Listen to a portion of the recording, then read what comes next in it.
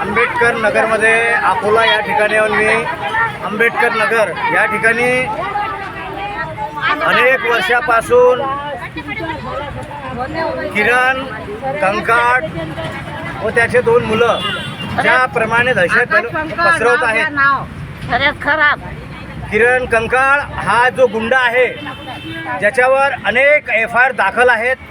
आणि त्याच्यातून तो कदाचित निर्दोषी झाला असेल, परंतु त्याची जे पार्श्वभूमी आहे ते अत्यंत गुन्हेगारीची पार्श्वभूमी आहे। असं असताना आज एका मातंग समाजाच्या गरीब कुटुंबातील ज्याला 5-5 मुली आहेत त्या मुलाला दहशतीत त्याच्या घरात जाऊन मारणे आणि त्या मारून त्या दहशतीने तो पळून जाणे आणि त्याच काळामध्ये त्याचा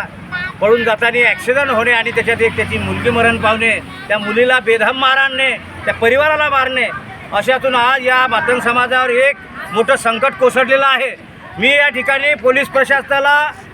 प्रश्न करतो की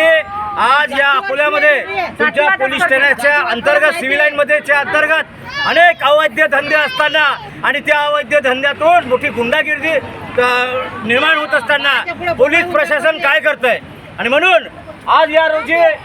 शंकर अंजनकर या मातंग समाजाच्या कुटुंबावर जो अन्याय झाला, या किरण कंकाळ गुंडांनी